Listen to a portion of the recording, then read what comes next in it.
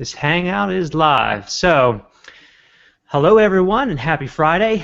Today is January 23rd and this is episode 9 of our Google Hangouts and podcasts on all things DOCSIS. I'm Brady Volp, founder of the Volp firm and Nimble This. With me is the sage of DOCSIS, the suppliant of CMTSs, and spiritual advisor to RF signals all over the world. Ladies and gentlemen, the one and only John Downey, consulting network engineer at Cisco Systems. Hi, John. I don't know how to follow that up. I don't know how to respond to that. Thanks, Brady. Absolutely. So folks, today we're going to be talking about DOCSIS of all topics, but we're going to be talking about cable modems and some of the cool features built into them. Specifically, we're going to look at the newer generation of DOCSIS 3 cable modems, and they have some things that allow them to function like spectrum analyzers. They also have some FTP capabilities, reduced power consumption capabilities, and also extended transmit capabilities. So we're gonna cover some of those topics. I think John has some other things that he wants to cover as we talk about that. So so for relatively low cost devices, the cable modems I'm talking about, they're functioning more and more like high cost test equipment, and that's pretty exciting because we look at all the cable modems that we're putting into subscribers' homes. And if when we talk about full band capture or the spectrum analyzer capabilities that we have a DOCSIS 3 cable modem that's sitting in a subscriber's home, and that's conceptually like having a virtual technician with a spectrum analyzer that we can just reach out and look at all the downstream signals going into that subscriber's home 24/7. So that gives us some really powerful functionalities that are, I think, really kind of cool. John, I don't know what your opinion on that is.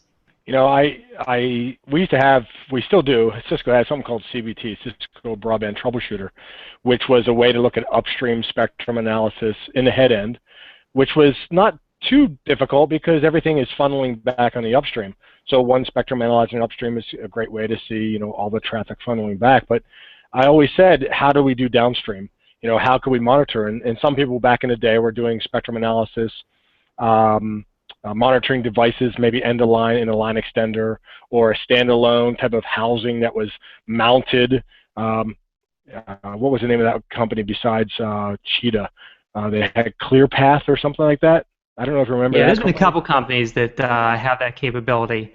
Or that have tried to do it in the end. Have put like monitors on the plant, end-of-line monitors. The challenge has always been when you put something that's an active device on the cable plant, it's another point of failure. So that's always a big risk for the cable operator. They don't want additional points of failure on their HFC network. You got to power it up. You got to connect it. You now have another variable. It costs a lot of money. Truck roll to put it out there. How many do you put out there? I mean, now with the type of silicon we have out in the field and how cheap and small, and I guess from Moore's law, it's getting faster and cheaper. We are able to put a spectrum analyzer in the end device for very low cost. So I mean, it's pretty amazing to me that we could utilize and exploit these new DOCSIS devices as endpoints for test points. As far as going to downstream spectrum analysis at different endpoints, remote speed tests, because built-in FTP servers now. Some people don't know about that as well. Extended upstream transmit power for upstream bonding purposes. As you talked about, pre-equalization and proactive network maintenance, where we can monitor the modem's pre-queue taps to see potential problems and cluster these things into groupings according to their pre-queue signature, if you will. So there's a lot of functionality, I think, in the endpoints now that we need to exploit and be proactive. I mean, it's there. We need to look at it. Right. So, I mean, just talking about full band capture, this is something that's in the newer DOCSIS 3.0 cable modems, and what it gives you the capability to do is look at all the downstream signals coming into the home, and in the silicon chip, as like what you're describing, it's like having a spectrum analyzer. And I showed you what was on my desktop a little while ago, and rather than sharing that with the viewers, I'll show you what's going on. Basically, we query the modem using SNMP, and we can pull using the MIBs that are in the chipset. We can pull all that data, and like what I have running on my iPad right now is that web application So you can see all the spectrum from the low frequency 90 megahertz up to a gigahertz of the cable plant. So this is like what would be running in the subscriber's home. So if you're listening to this on iTunes, you can't see what's on my iPad right now. But what we're showing, for the people that are just listening to this, is all the RF signals, the QAM signals from 90 megahertz to a gigahertz, that's coming back from a cable modem that's sitting in a subscriber's house, and you can see whether or not those signals are tilted. There's some suckouts in there. You can see all those types of impairments. And that would be, like a technician going into the subscriber's home with a meter or a spectrum analyzer or whatever, and very quickly you can see what type of impairments are there. So that's just an amazing feature to have inside of a cable modem, and it's tremendously powerful. And if you have a lot of DOCSIS 3 cable modems, you can quickly know whether or not you have an endemic problem, that maybe there's an RF amplifier or coax cable with a suckout, or maybe it's just impacting one subscriber's home. So you can pretty quickly determine, do I send a technician to a single home, or do I send a technician to an RF amplifier that's impacting 100 homes, and make those decisions pretty quickly. So you mentioned, I caught a few things that you said. Let me quantify that. You said QAM signals. It doesn't have to be QAM signals. It's all RF. That is a spectrum analyzer, and I think you said 90 megahertz. I don't know if these will go down further. I thought they would go to 54 to 1 gigahertz.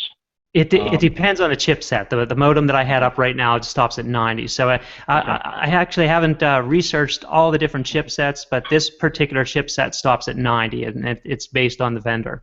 Okay. So, but it can read all RF signals. So you could see analog channels, video QAM channels, DOCSIS QAM channels, long-term evolution from your 4G cell phone.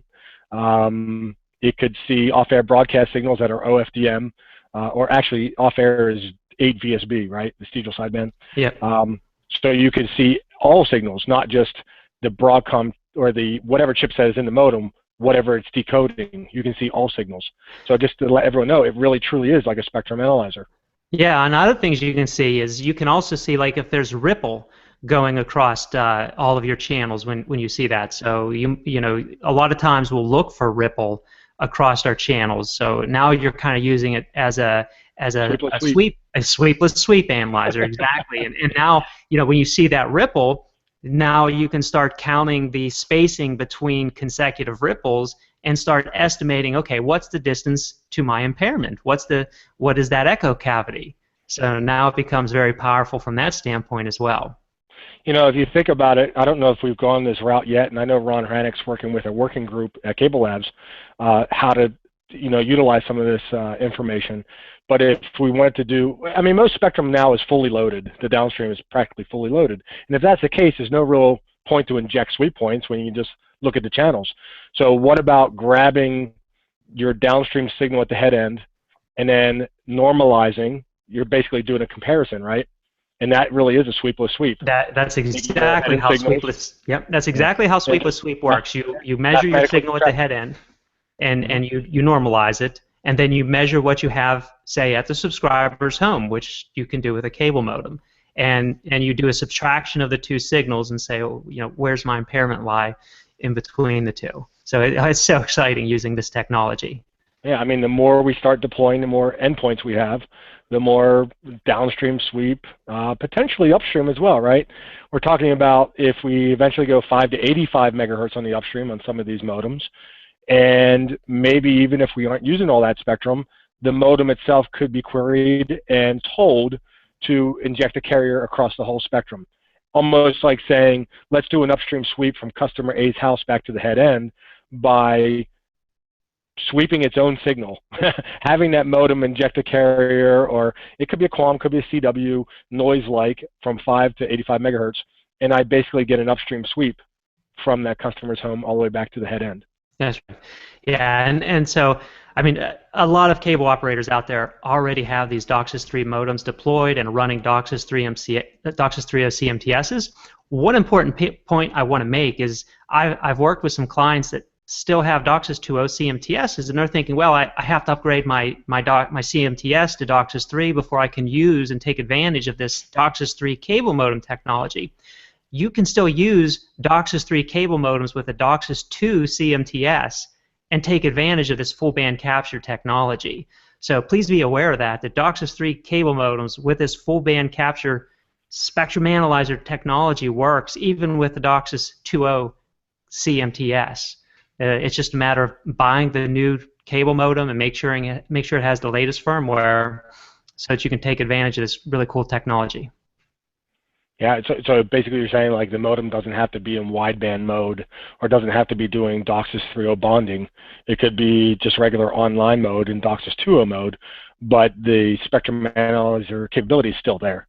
That's right. Just like pre-EQ is still there. That's right. Yeah, yeah. The pre-EQ, the full band capture, all the functionality works in a DOCSIS 3 cable modems as long as it's in a 2.0 mode, or in basically what we call a DOCSIS 1.1 quality of service mode. If you're giving it a DOCSIS 1.1 config file, which enables the advanced functionality in the cable modem. And it also has to be in either ATDMA or TDMA/ATDMA mode. So you just showed a display of the full bandwidth capture FBC on your iPad, and that will work with Galaxy or an Android type of device as well. Yeah, it's just a web-based client, so it's gonna run. I mean, I have it. I've pulled it up on my iPhone before. It'll run on anything that's running a web browser, so it doesn't matter. Yeah, and the browser you usually use is Firefox or Chrome, Safari, Firefox. It doesn't matter. Okay, very good. I do see this as being a great advantage, but a lot of people are still putting out fires, trying to get things implemented, DOCSIS 3.0, upstream, downstream bonding, load balancing, and these types of things that could prevent fires, people put to the wayside and say, oh, I'll get to it later, because this truly is preventive maintenance stuff, right? I consider this PM stuff. Pre-EQ, pre-equalization helps mask group delay and micro-reflection problems on the upstream. Well, if it's masking it, a lot of people say, oh, there's no fire. There's no customer calling me, so I don't have to worry about it. But if we are do preventive maintenance and proactive, we would actually monitor the end devices for downstream spectrum, upstream pre-EQ, and we could track down potential issues that might get worse. Right. Yeah, I mean, one of the things we try to say is you can be proactive at the same time that you're doing your regular maintenance or even being reactive. So if you're doing an installation or if you're doing maintenance in a certain area and you have this technology, why not look at the full downstream spectrum? Why not look at the P&M attributes that you have while you're doing that installation or you're doing maintenance in the area? Because you might see something like you have too much negative tilt, or you have a suck out in the area because you're already there, you're already in the area and looking at the spectrum analyzer, so of the cable modem. So you have the ability to say, hey, I'm here, let's look at the modem, let's look at the full band capture and see, do I have any suck outs? Because while I'm here, I might as well fix those other things. So I'm being proactive while I'm maybe being reactive in an area and putting out a fire, so I can kill two birds with one stone. Yeah. I wrote down a list of other things I thought the CPE would provide or could provide, and people might not know about it, or they do. One of the other things I've been working on or trying to keep up with is there's a new Cable Labs ECR, I guess you could say, for an energy management mode. It's called 1x1 energy management. So if I'm doing an 8 downstream bonding, 4 upstream bonding, so it's an 8x4 modem, maybe I'm doing 24x4, 24 downstream bonding. When the modem goes into battery mode, do I really want the chipset to do 24-channel bonding and eat up more of my battery? So there's this implementation that's we're trying to go forward with, where the modem goes into 1x1 mode, kind of like let's go to minimum connectivity, so we know we're going to have voice calls capability for the longest amount of time. So I don't know if you've heard about that as well, the 1x1 energy management mode. Yeah. So I mean, I think this is a really good thing for battery mode, but I also think this is something that we can look at for general modes when the cable modem is not being used by the subscriber. So if we look at how the general consumer Pardon me. It wasn't me, Colin. No, no. If we look at how the general consumer is becoming more and more concerned about energy usage in houses, you know, we're getting CFL bulbs, we're getting LED bulbs, we're trying to really be concerned about reducing power usage. The power usage of cable modems is increasing more and more over time. So, you know, it may not be long before, and we're seeing cable modems that are using 12, 16 watts of power when they're in full mode. There may be a point where that power usage of the cable modem starts to be something that the consumer starts complaining about, and we may want to have, you know, even to extend it to say not just when the cable modem's in battery mode, but also when the cable modem is just not, it doesn't need to be operating, it's just in the sleep mode because the consumer isn't watching Netflix, they're not downloading massive amounts of traffic, and a consumer says, hey, you're continuously drawing, you know, 20 watts, 25 watts of power because we're using a lot of bandwidth for these home gateways and stuff. And so they want to know, you know, why is it always drawing that much power? Because their light bulbs are, you know, they're trying to buy light bulbs that are only drawing 2 watts of power as LED light bulbs, and they're going around monitoring power usage. And, you know, we see people that are really concerned about how much power every device in their house is using. They're buying devices to go around and monitor what's drawing power all the time and shutting these things off. And we do know in some countries people power off their cable modems all the time when they're not using them. So why are they powering them off? Because they're using power. So you bring up a good point, and I thought about that, was some customers might just power off, but what if I go on vacation and I have home security that's using that cable modem? So I'm not going to power it off, but I don't need all the speed capable of 24-channel bonding. Maybe I only need one downstream, right? You just need enough for the voice line to be able to get dial tone out when the alarm goes off, or to be on for station maintenance. It might be I have cameras in my house. Yeah. It might be I have webcams and I want to monitor my house later, you know, a teddy cam. Yeah. A nanny cam, whatever. You don't need 300 megabits per second. You just need a few megabits per second, and that low power mode would be perfect for that. And how many times do you leave your house and you set your DVR? So you want your DVR to actually record stuff while you're away. You don't want your cable modem going down because it's not going to record anything for you because there's no connectivity. Yeah. So there might be, you know, something like that. So I think this becomes a selling feature for some vendors of cable modems to say we have this 1x1 low power mode, and people will buy it because of that, because they know, you know, when I watch Netflix, it's going to draw 16 watts of power, whatever that power is going to be. But as you say, when I go on vacation, it's going to drop down to 1 watt of power, whatever the low power mode is, and I think that is something that we'll be looking at in the future, and it's going to be a great selling feature. And it's in our best interest as cable companies to keep every device online because of everything we just talked about, the endpoints of troubleshooting. Well, yeah, if it's online and we have some sort of network impairment, we'd like all those cable modems that have full band capture capability, that has pre-equalizer P&M capability. We really want them to be online so that we can do our proactive network maintenance or even reactive network maintenance, SNMP polling.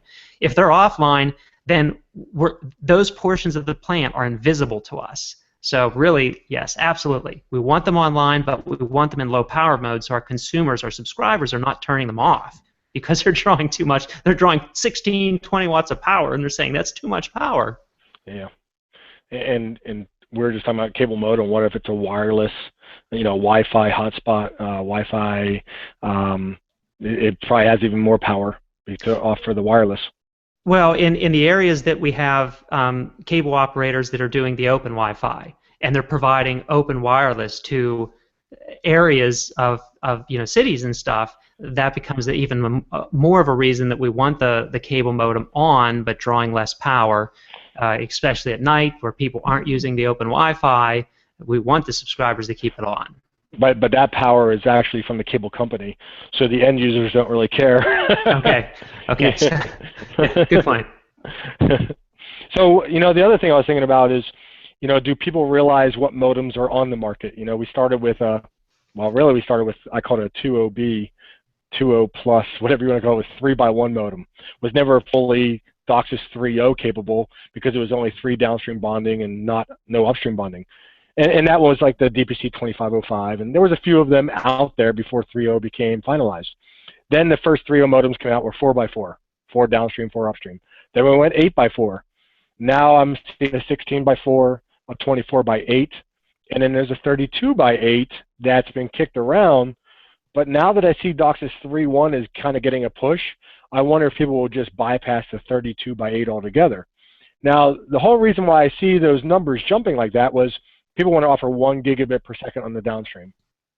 If you follow our rules of thumb, it used to be make sure that your aggregate speed was twice as big as your offering. So if I want to offer 1 gigabit per second downstream, that pipe should be 2 gig. And 24 downstream of Annex B, 6 megahertz wide, 256 QAM signals, that gets you maybe 860 megabits per second when you take all the overhead off. Right. 860. Yeah. So maybe I can offer 400 or 500 meg service, maybe. With 32 downstream, it's about 1.2 gig. Well, I don't want to offer a 1 gig service from a 1.2 gigabit per second aggregate pipe. So I foresee some people just bypassing potentially the 32 channel altogether, waiting for DOCSIS 3.1 CPE.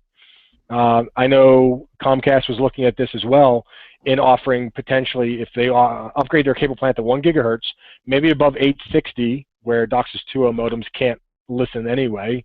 They don't tune anything above 855 megahertz center frequency. Maybe at 861 and above in that frequency range, do DOCSIS 3.1 OFDM, maybe 192 megahertz of bandwidth of all these subcarriers. That's, you do the math based on 1024 QAM modulation, and then you add in 24 channels of DOCSIS 3.0 below 860, you end up with over 2 gigabit per second of aggregate pipe. Because the 3.1 modems will be able to bond between 3.0 and 3.1 spectrum. They should be backwards compatible and bond between the two. And if that's the case, I might be able to cherry pick the customers that really want 1 gig service with a 3.1 endpoint. So I have all the capabilities of the 3.0 modem we just talked about, downstream spectrum analysis, but I now offer 1 gig service. So I just wanted to bring up, like, what are the modems in the field? What are they capable of today?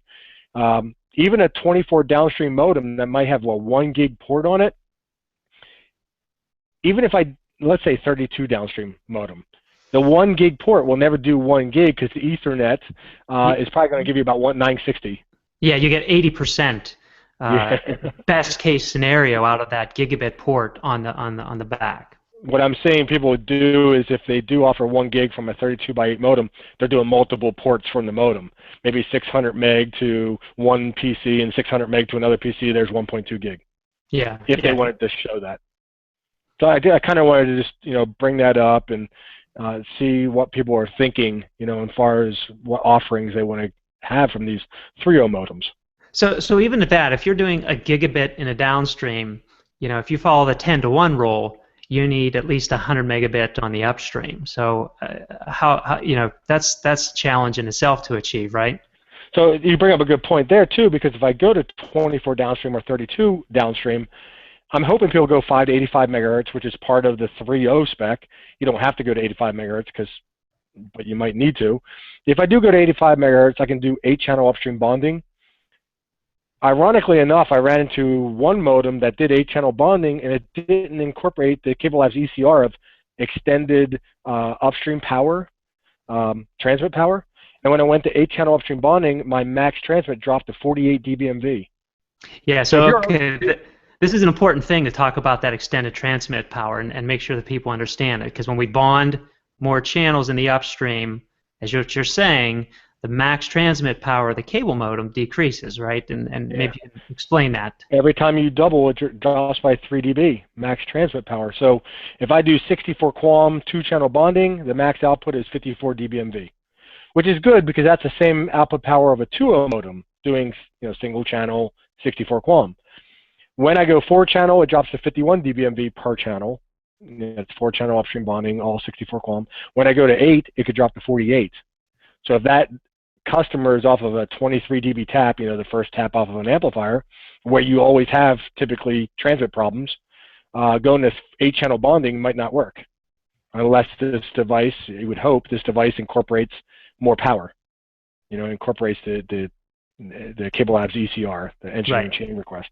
Yeah, and that ACR is important to get the more power. So we do have a question that just came in from our listeners. It says, are current deployed CMTSs compatible with DOCSIS 3.1? So from the Cisco side, John, do you have any feedback on that? Our current deployed CMTS is compatible with DOCSIS 3.1. I mean, really, how could they? Yeah. How could an older technology be compatible with a newer technology? It's always backwards compatible. So 3.1 devices will be 3.0, 2.0 capable, but a 3.0 device being compatible with 3.1, we have a new box coming out very soon. In a few months, we have it deployed as beta customers right now, called the Converged Broadband Router 8, CBR8, and it is designed with the capability of 3.1 upgrade. So yes, some CMTSs or boxes out there might have the capability to be upgraded and offer 3.1 with maybe some module swap outs. But the hardware to support 3.1 OFDMA, OFDM, that's not even available yet. It might be available kind of in beta or first rev from different silicon vendors, but it's not readily available yet. So we're still waiting for hardware. And same thing for the chipset for the modems, right? The 3.1 modems that can demodulate and decode and decipher all this information that's in a different multiplexing scheme and higher modulation schemes. I think it's important for people to know that no one is right now running any DOCSIS 3.1 systems. I think people are, the major operators are just getting ready to start some testing with early pre-deployment betas, but there's not any DOCSIS 3.1 systems ready at this time or in production. Correct. So any other questions? I didn't see any other questions pop up. No, that was the first one that came up. All right. Another thing I wanted to bring up that's hit me a few times. Customers complain they do a ping to a DOCSIS 3.0 modem, and when they do a regular ping, they're seeing every 10th or 11th ping drop. And I wanted to bring up that this is actually a Broadcom ping rate limit feature. So they do it on purpose. And there's some SNMP settings to turn that off. So I've had customers do a ping and they see like every 11th ping drop, and it's very consistent. And they're like, why am I having problems with my ping? I do a ping DOCSIS, everything's fine. I do traffic and everything's fine. But I just do a ping, ICMP, yeah. I just do a ping and I'm dropping every 11th one, and it's actually a feature in the modem. So there is a way to turn that off. So I just wanted to bring that up if anyone ever happens to see that. Yeah, that's a good thing to bring up, John. I called you DOCSIS. But you did mention the ping DOCSIS command, which I really want to reinforce to people because I use the ping DOCSIS command all the time. And when I use it is I will ping a modem, and I won't get a response back to the modem. What happens is sometimes cable modems will lock up at the IP layer. And so they'll stop responding. They won't ping. They won't respond to the ping command. And so what I will do then is do a ping DOCSIS command, and I'll get a response back when I use the ping DOCSIS and the MAC address of the cable modem, and it starts responding. And what I find out is the Broadcom chipset itself is still online and is still communicating with the CMTS. And John, you can correct me if I'm wrong here in my terminology. So the cable modem's locked up at the IP layer, but it's still communicating with the CMTS and the Broadcom chipset. So I'm able to normally able to reset the cable modem, doing a clear cable modem MAC address delete command, a reset command, and get the cable modem back online that way. But that ping DOCSIS command is really, really helpful. If you don't know about it, it's nice to use from the CMTS. Yeah, the only thing I say is be careful, because when you do a ping, depending on the packet size of the ping, normally a default ping from a CMTS is like 100 bytes, and that could end up being a short burst. Because in your mod profile, you have a short burst, you have a long burst, advanced short, advanced long, station maintenance burst, initial maintenance burst, request burst. So your mod profile has many different burst profiles, IUCs they call them, interval usage codes. The ping DOCSIS actually uses the station maintenance burst, which is IUC number 4. that could be totally different modulation than, say, your data burst. So ping versus ping DOCSIS could be two different modulation schemes. So the moral of the story is, if the modem's MER, upstream MER, is in that no man's land, or that subpar value of, say, 20, let's say 21 dB MER. Well, if I'm doing 16 QAM or QPSK for my station maintenance, 21 dB MER will still work. So ping DOCSIS will still work. But if I do a ping that's using 64 QAM, that's not going to work at a 21 dB MER. So there's sometimes a case where ping versus ping DOCSIS is not working because of the actual upstream MER of the modem. Maybe pre-EQ is not turned on, or something's wrong with pre-EQ, or it's just bad MER just for that one modem. Yeah, so that's a great point. It's actually a great way that you can, you know, if you're looking at upstream SNR, and maybe you see it's right around maybe the 27, 26 dB point, it's right on a threshold. You could actually see if and your station maintenance is 16 QAM, which you can't go any higher than 16 QAM for station maintenance. All your short, long data grants is at 64 QAM. You could do a quick sanity check to see, you know, is this an RF problem or not an RF problem? So excellent point to make. Yeah. I tell people, if you do ping and you can't get a ping response, and you do ping DOCSIS, the first thing you think of is it's layer 3 hung. But it might not be layer 3 hung. It could be a subpar MER. That's why I always troubleshooting layer 1 first, right? Layer 1 of the OSI model. Start the RF layer and work your way up. So make sure the MER is good, and then go from there. Maybe it is layer 3 hung. I know some devices now have an internal watchdog timeout in the modem itself, kind of like doing a loopback or a ping test to itself. Some of them will reset their own device based on this internal watchdog timeout. It's kind of like a catch-all. Don't know why the modem's getting into the state. Maybe it's dynamic channel change from load balance. Maybe it's trying to do BPI plus and DCC at the same time, and station maintenance at the same time, and it's getting hung. So this layer 3 hung problem's been going on for the 15 years I've been with Cisco. You know, so it's sometimes we have to do something to remedy the issue, and we still don't know what really causes the issue. There's so many moving parts here, right? Yeah, and I also see it happen less frequently with newer firmware, or I see it more frequently with older firmware. So it seems that, you know, cable modem operators are finding better ways in our newer, if they upgrade the firmware, and also newer cable modems, as you said, are starting to put the watchdog timers in. So it seems to be less of a problem if you upgrade firmware, if you buy new cable modems, but the older cable modems, older firmwares do have the lockups. So any more questions? No more Q&A? No more questions. Anything else you want to cover on cable modems? I think there's some interesting things we got there. That definitely the new cable modems, newer DOCSIS cable modems, have some really cool capabilities, and really exciting with what we can do with them from a testing measurement standpoint, for certain. Yeah, I mean, I talked about speed a little bit, like what you would expect. What about Wi-Fi, right? What if I'm trying to do a speed test through the Wi-Fi, through the cable modem? Now the Wi-Fi part also has encryption and encapsulation. So now you have overhead there. I've had people try to do a speed test through a VPN. Well, when you do a VPN, there's extra overhead there as well. When I do speed tests, I want to do UDP versus TCP. You know, I don't want my downstream speed to be affected by my upstream limitations. Yeah, so there's a lot of things.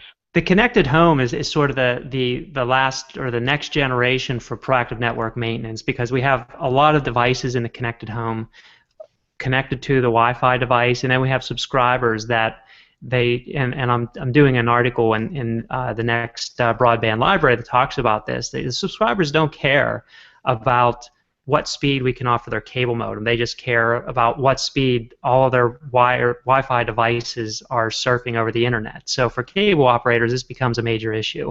You know, how do they monitor and how do they manage those Wi-Fi devices? So we have to become more proactive inside the connected home, and it's only getting worse and worse and worse. We hear so much about the Internet of Things and all the devices that we're adding into the connected home, which, you know, is that Internet of Things, the smart home, where I say that the refrigerator is talking to the toaster, and sort of these crazy devices that we're adding in there, but they're all Wi-Fi connected, and it starts getting down to even light bulbs being that. So it's going to get worse. It's not going to get better for cable operators. So we have to manage that internal infrastructure of wireless devices that are all sucking up data across the cable modem. Yeah, I agree, and we have to take it a step further too. Instead of just worrying about speed and looking at utilization to determine node splits, we need to do quality of experience. So we need to figure out experience of different applications. I still have a theory that when we start doing 24 downstream, 32 downstream bonding, and we're spreading data, maybe it's a low speed service flow, maybe 1 megabit per second, I could easily offer that down one downstream. Why would I want to spread it across 24 downstreams? Now I have to resequence all those packets and frames back together at the CP. Does that create latency? Does that create jitter? Is that going to cause problems with gaming? So I foresee where I might utilize SDN or software type of applications that could give a different quality of service for different applications, or maybe pushing low speed applications to a sub bonding group. So if I'm doing 24 downstream, maybe I have 6 4-channel bonding groups in that 24-channel bonding group. Maybe I can push the application to a 4-channel bonding group because it doesn't need to stripe all its traffic across all 24 downstreams and potentially create more latency and jitter. So these are the type of things that, as we start striping across more downstreams, are we adding more time delay? Right. More variables. Yeah, I think they're all very good points that will add all interesting challenges for us in the future as we come. So, Mr. Suppliant of CMTSs, this has been a very good talk, and I think we can wrap it up here. So have a happy Friday. Happy Friday to all our viewers, and everyone have a great weekend, and we'll call it a wrap. So goodbye, John. All right, take care. All right, thanks, bye.